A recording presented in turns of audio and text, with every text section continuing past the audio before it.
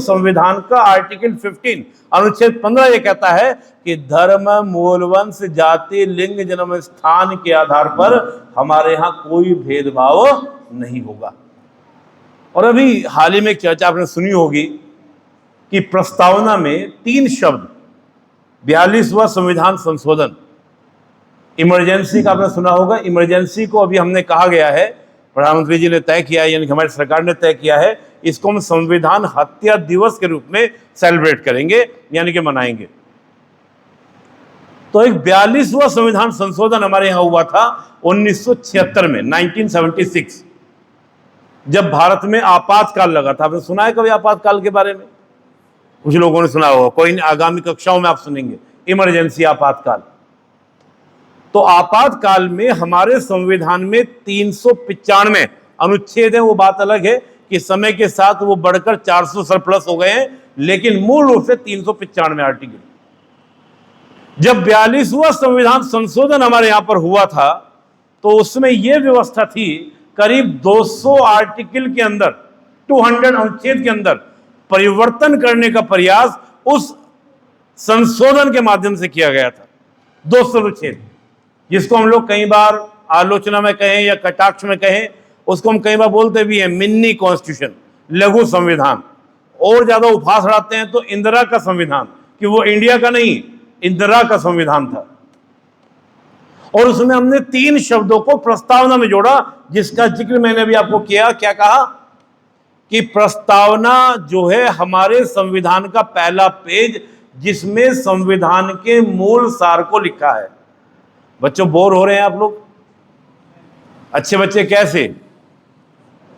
ऐसे भैया जी, बहनों जी, कैसे बैठेंगे? ऐसे, ठीक है ना? बहुत बढ़िया।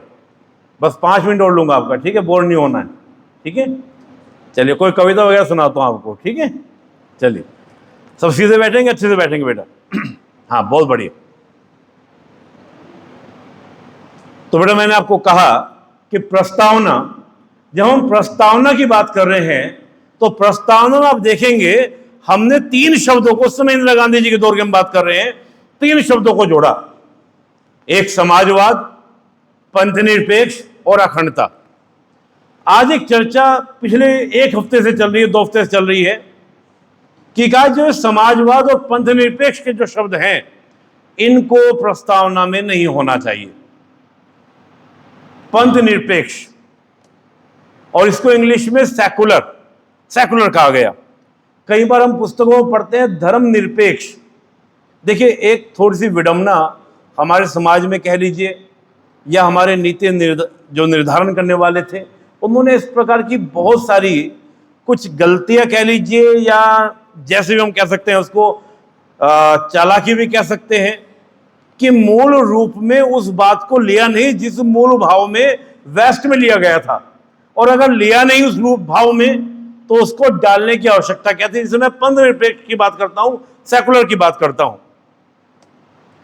जब हम एक पंथनिरपेक्ष राज्य की बात करते हैं तो पंथनिरपेक्ष राज्य की 2 विशेषता होती हैं। पहली विशेषता कि राज्य का धार्मिक गतिविधियों में कोई भी इंटरेस्ट या कोई भी सहभागिता नहीं होगी, पहली विशेषता। अर्थात राज्यकर्ता, स्टेट एक्टर्स, मतलब प्रधानमंत्री की हम बात करें, राष्ट्रपति की बात करें, या अन्य और राज्यकर्ता की हम बात करें, उनका किसी भी तरीके से धार्मिक गतिविधियों में कोई भी हस्तक्षेप नहीं होगा। अंडरस्टूड? पहली बात। और दूसरा, जब राज्य विधि बनाएगा, देखिए राज्य का काम क्या है? कानून बनाना।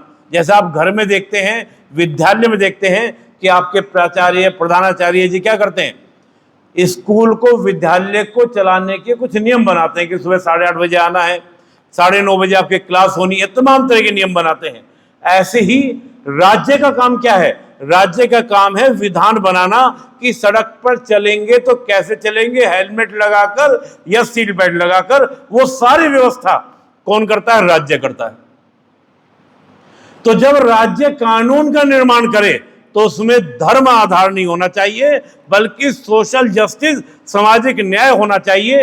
ये 2 विशेषता है किसकी? एक पंथनिरपेक्ष राज्य की, सेकुलर स्टेट की। लेकिन जब हम भारत की बेटा बात कर रहे हैं, हम भारत में क्या देखते हैं कि राज्य की गतिविधियों में धार्मिक गतिविधियां शामिल होती हैं।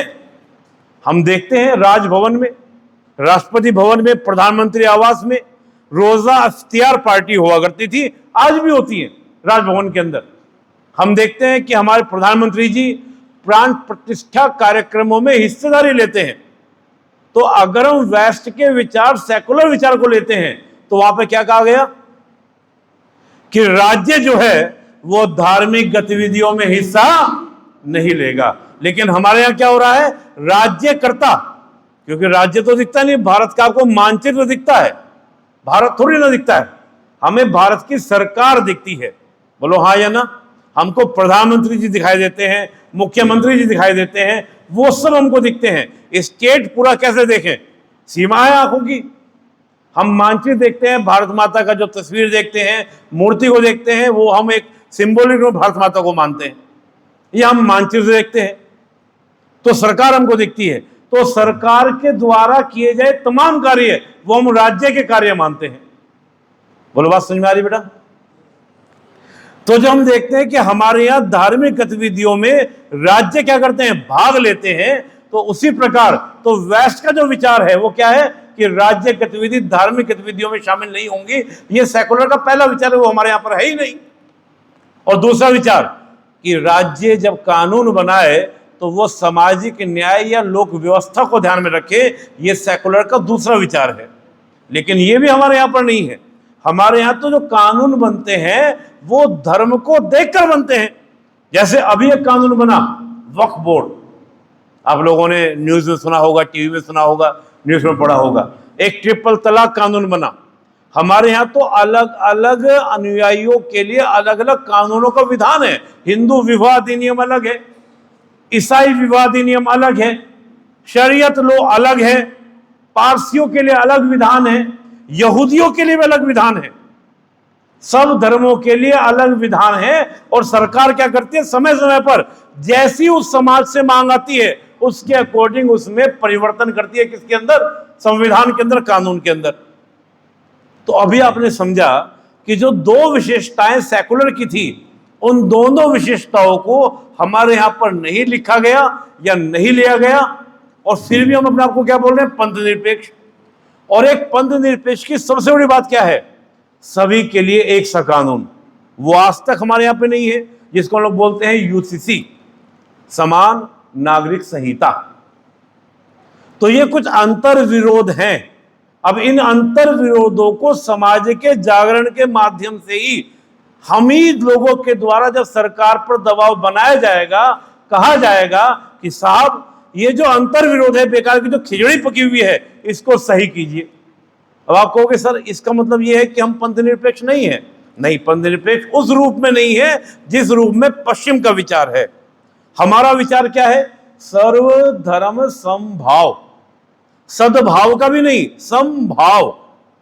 तीन शब्द बेटा आपने सुने होंगे, सहिष्णुता, सद्भाव और समभाव।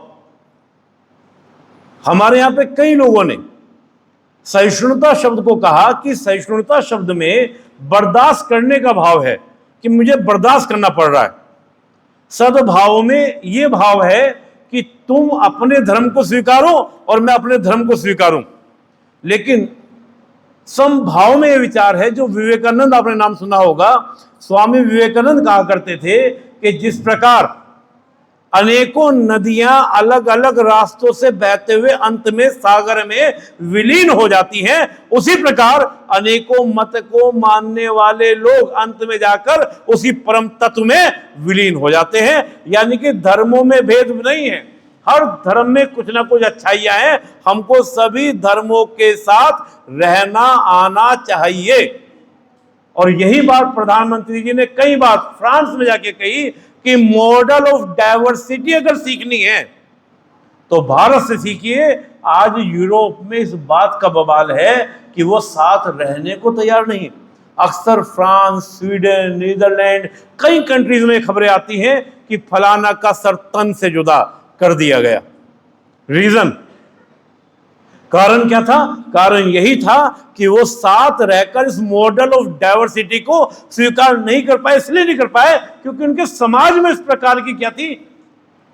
जानकारी नहीं थी, समाज में उस प्रकार की चेतना नहीं थी कि सर्वधर्म समभाव क्या होता है। तो यही एक विचार चल रहा है कि जब मूल संविधान में पंथ निरपेक्ष शब्द का उल्लेख नहीं था तो क्यों जबरदस्ती आपने 1976 में डालकर उसको जबरदस्ती थोपने का प्रयास कर रहे हैं?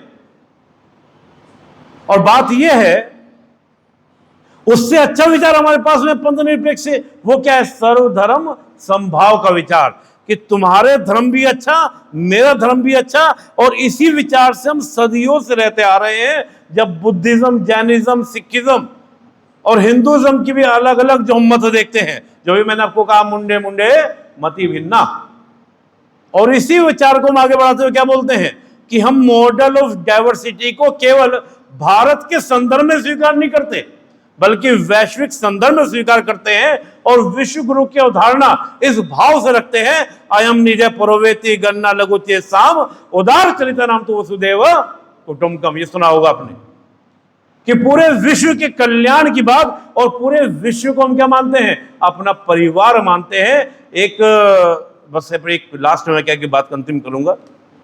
कई बार मैंने देखा कि लोग संविधान की पुस्तक तो लेके घूमते हैं कि संविधान लाल रंग की किताब लेके घूमते हैं। और एक बार उन्होंने कहा, एक बड़े नेता हैं हमारे, पारिवारिक श्रृंखला से आए हुए नेता हैं, उनके परनाना पीएम थे, दादी पीएम थी, पिताजी और माताजी अप्रत्यक्ष रूप से थी। वो कहते हैं कि संविधान में कहीं भी राष्ट्र शब्द का उल्लेख नहीं है। वो बोलते हैं कि संविधान में कहीं भी राष्ट्र शब्द का उल्लेख नहीं है, जबकि प्रस्तावना यानी कि जो संविधान का पहला पृष्ठ है, जिसको हम प्रस्तावना उद्देशिका प्रेम्बल कहते हैं, उसके पहले पृष्ठ में ही राष्ट्र शब्द का उल्लेख है और कहा गया राष्ट्र की एकता अखंडता को सुनिश्चित करने वाली बंधुता, राष्ट्र शब्द का उल्लेख।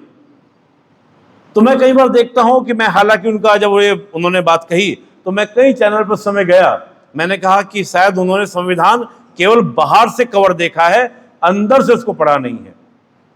तो मैं बस इतना कहना चाहूंगा आप लोगों को कि आप लोग आगे बढ़ेंगे, आपका भविष्य उज्जवल होगा। संविधान को हमको इसलिए स्वीकार करना है, इसलिए मानना है, इसलिए लेकर चलना है क्योंकि संविधान से ही व्यवस्था हमारी बनती है। और संविधान को पढ़ना ही नहीं, औरों को भी यथा कदा समय, जब भी समय मिले तो संविधान के बारे में बताना भी है। जो आप पढ़ें तो बताएं कि संविधान में परिवर्तन है लेकिन बदला नहीं जाएगा जैसे और देशों में बदला गया। क्यों? हमारे यहाँ संविधान को लेकर टकराव नहीं है, बल्कि आम सहमति से स्वीकार की गई व्यवस्था परिवर्तन अवश्यंभावी है। तो अंत में यही बात कहते हुए अपनी वाणी को विराम दूंगा और मैं पूरे विद्यालय प्रशासन से कहूँगा कि मुझे ये मौका दिया, अवसर दिया इस वक्तव्य को रखने का, और कन्हैया भाई साहब का पुनः बहुत आभार कि भाई साहब ने इसके लिए व्यवस्था कराई। आप सभी का बहुत धन्यवाद। अंत में बोलेंगे भारत माता की, भारत माता की, भारत माता की जय हिंद, जय हिंद।